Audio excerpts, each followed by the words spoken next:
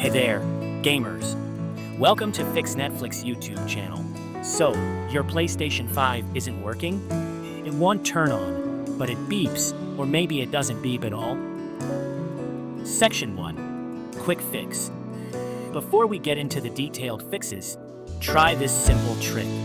Insert a disc into your PS5 console if it's not the digital version. Don't force it in, but your PlayStation should detect it and power on automatically.